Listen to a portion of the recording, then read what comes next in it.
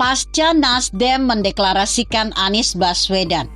Hubungan Jokowi dan Ketua Umum Partai Nasdem Surya Paloh dikabarkan memburuk. Jokowi tidak menghadiri perayaan hari ulang tahun Nasdem yang digelar pada 11 November 2022. Bahkan mengirim pesan terbuka pun tidak. Kemudian Surya membalasnya dengan tidak menghadiri resepsi pernikahan putra Jokowi, Kaisang Pangarep, pada 11 Desember 2022.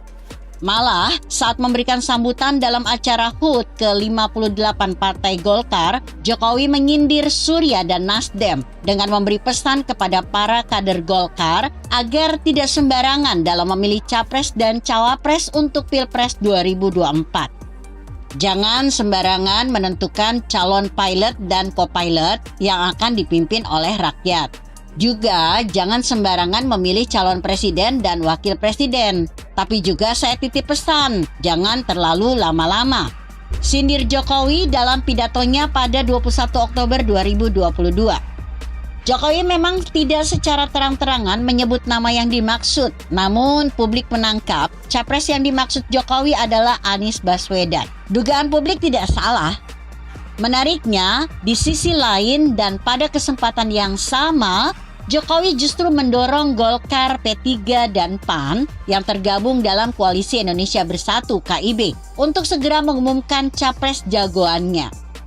Saya dengar-dengar dan saya lihat tiap hari tuh Pak Airlangga Hartarto tuh rangkul-rangkulan terus dengan Pak Mardiono, PLT Ketum P3 M. Mardiono, dan Pak Zulkifli Hasan dari PAN. Jangan hanya rangkul-rangkulan terus. Canda Jokowi. Sikap dan pernyataan-pernyataan Jokowi tersebut memunculkan dugaan adanya cawe-cawe pemerintah dalam menentukan pasangan capres-cawapres. Bukan hanya itu, pemerintah pun diduga kuat tengah menjalankan skenario untuk memenangkan capres-cawapres yang dijagokannya. Namun, setelah sorotan publik semakin tajam pada sejumlah skandal yang melibatkan petinggi dan jajaran KPU, Jokowi terkesan mengendur. Ia bahkan mengungkapkan dirinya dan istana menjadi kambing hitam atas kegagalan suatu koalisi. Yang saya takutkan nanti kalau ada yang gagal koalisi. Gagal koalisi, nanti yang dituduh istana lagi.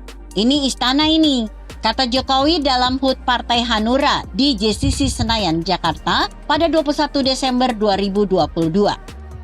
Perubahan sikap Jokowi tersebut mengindikasikan jika Jokowi tidak mau dituduh sebagai pihak yang menghalangi pencapresan Anies oleh Nasdem. Selain itu, pernyataan itu juga bisa dibaca sebagai indikasi bila Jokowi telah menyadari kesalahannya atau blundernya yang menjaga jarak dari Nasdem. Untuk membuktikannya, Jokowi tidak akan mereshuffle seluruh menteri asal Nasdem.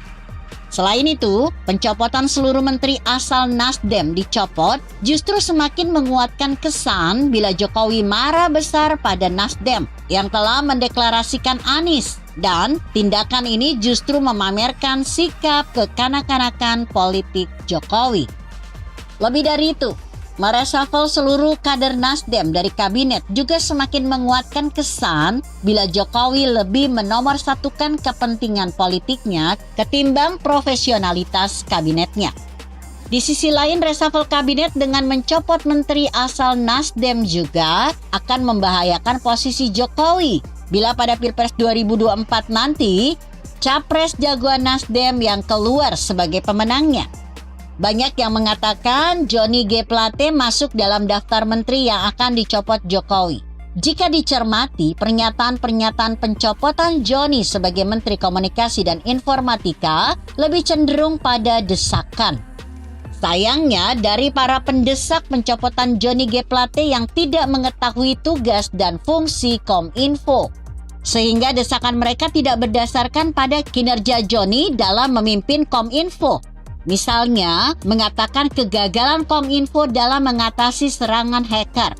Padahal sudah sangat jelas bila serangan cyber merupakan tupoksi BSSN. Para pendesak pencopotan Johnny G. Plate dari Menkominfo pun menggunakan latar belakang pendidikan Johnny G. Plate sebagai alasannya.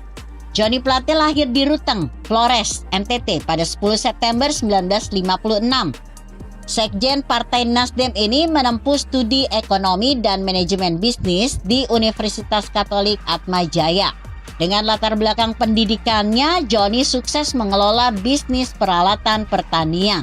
Dengan modal kesuksesan itu, ia kemudian bergabung dengan AirAsia dan menjabat sebagai komisaris di beberapa perusahaan.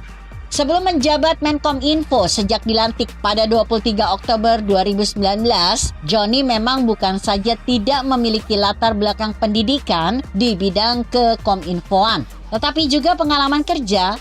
Namun demikian, menteri adalah jabatan politis yang tidak terkait latar belakang, baik itu pendidikan maupun pengalaman kerja. Di era Presiden Soeharto misalnya, Jenderal M. Yusuf yang berlatar belakang militer diangkat sebagai Menteri Pendidikan.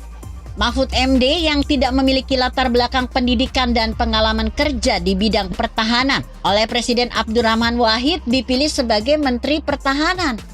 Pada masa Jokowi, Menteri Kesehatan dijabat oleh Budi Gunawan Sadikin yang baik pendidikan maupun pengalaman kerja sama sekali tidak terkait masalah. Bahkan pada periode pertamanya Jokowi menudukkan Susi Pujiastuti sebagai Menteri Kelautan dan Perikanan. Karenanya, desakan ataupun usulan pencopotan Johnny G. Plate dari jabatannya sebagai Menteri Komunikasi dan Informatika karena latar belakang pendidikannya sangat mengada-ada. Karenanya, Johnny Plate baru direshuffle jika dan hanya jika kinerjanya dinilai tidak memuaskan. Dan karena alasan kinerja ini jugalah Johnny masih menjabat Menkominfo meski sudah berulang kali namanya disebut-sebut setiap kali beredar isu reshuffle kabinet. Seperti yang diberitakan oleh sejumlah media, pemerintah lewat Kementerian Komunikasi dan Informatika terus mencari sumber pembiayaan guna keberhasilan peluncuran satelit Satria. Karena itu, saat rapat kerja dengan Komisi 1 DPR RI, Menkominfo Johnny G. Plate menargetkan financial closing satelit Satria rampung pada kuartal pertama 2020. Namun, tiba virus corona COVID-19 menyerang dunia, termasuk Indonesia. Akibatnya, hampir seluruh rencana terpaksa harus dikaji, tidak terkecuali rencana peluncuran satelit Satria. Terlebih, pengoperasian satelit baru bukanlah proyek yang diprioritaskan. Dilandasi kebutuhan yang sebenarnya sangat mendesak, Johnny G. Plate berupaya keras mencari peluang pendanaan proyek satelit Satria. Setelah financial closing yang terpaksa harus molor dari waktu yang ditargetkan, akhirnya proyek pengadaan satelit Satria kembali berjalan setelah Kementerian Komunikasi dan Informatika memutuskan skema pembiayaan proyek satelit Satria dilakukan melalui kerjasama pemerintah dengan Badan Usaha KPBU. Johnny pun tidak melulu memikirkan infrastruktur fisik, tetapi juga peningkatan SDM anak bangsa dengan mengupayakan transfer teknologi dari perusahaan terkemuka. Untuk itu, Johnny G. Plate meluncurkan program Digital Talent Scholarship (DTS). Melalui program ini, Kominfo mendorong peningkatan daya saing digital Indonesia dengan memenuhi kebutuhan tenaga kerja bidang TIK menuju revolusi industri 4.0. Untuk mewujudkannya, Kominfo menggalang kerjasama dengan berbagai pihak, salah satunya Badan Pengembangan Sumber Daya Manusia Industri, BPSDMI, Kementerian Perindustrian.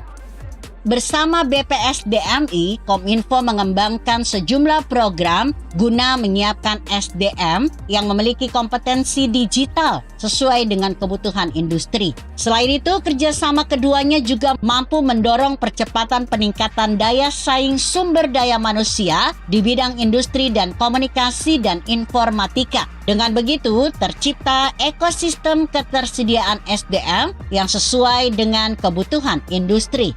Prestasi Kominfo lainnya adalah berhasil menggolkan rancangan Undang-Undang Perlindungan Data Pribadi menjadi Undang-Undang Data Pribadi. Sebagaimana diberitakan oleh sejumlah media, perjalanan Undang-Undang PDP ini sangat alot.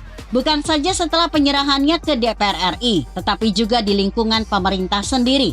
Namun pada 17 Oktober 2022, Undang-Undang PDP berhasil disahkan.